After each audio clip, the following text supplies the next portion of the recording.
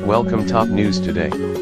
U.S. Ambassador to the UN Nikki Haley has her staff support her personal Twitter account. U.S. Ambassador to New Zealand Scott Brown has a gag Twitter account for his dog Gracie. And U.S. Ambassador to Xnet to the Vatican Callista Gingrich is tweeting about her job before starting in an official capacity.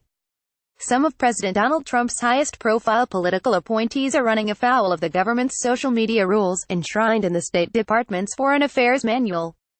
The rules, pushed through in January after years of internal deliberations, are designed to prevent political appointees from exploiting public office by using their official title to build a massive social media presence and then taking their account with them when they re-enter the private sector or retire. Brown, the short-lived former senator from Massachusetts, and Haley, the former governor of South Carolina, both use their personal Twitter accounts for official business alongside their government-owned accounts. According to the Foreign Affairs Manual, that's verboten. Senior officials and other employees whose positions make it appropriate for them to engage in official communications on behalf of the department over social media must not use personal social media accounts to do so, according to the rulebook.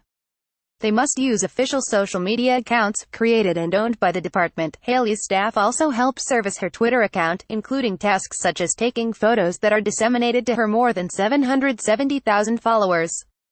That is prohibited in the Office of Government Ethics Standards of Conduct, which says, a supervisor may not order, or even ask, a subordinate to work on the supervisor's personal social media account.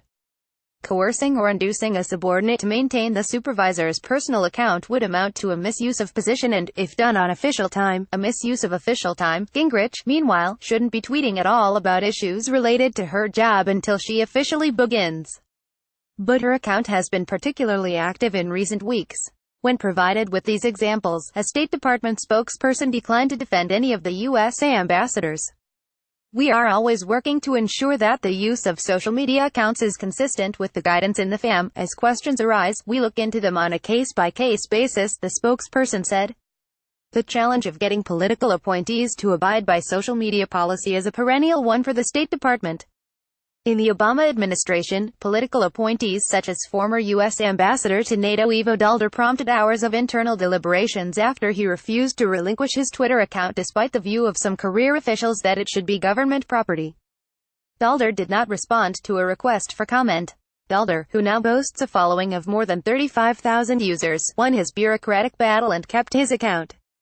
Others, such as former U.S. Ambassador to Japan Caroline Kennedy, lost, and the useless carcass of her 125K follower account sits here idly. It remains to be seen if State Department bureaucrats will feel empowered to impose rules on Trump's senior political appointees such as Haley or Gingrich. The Trump administration's most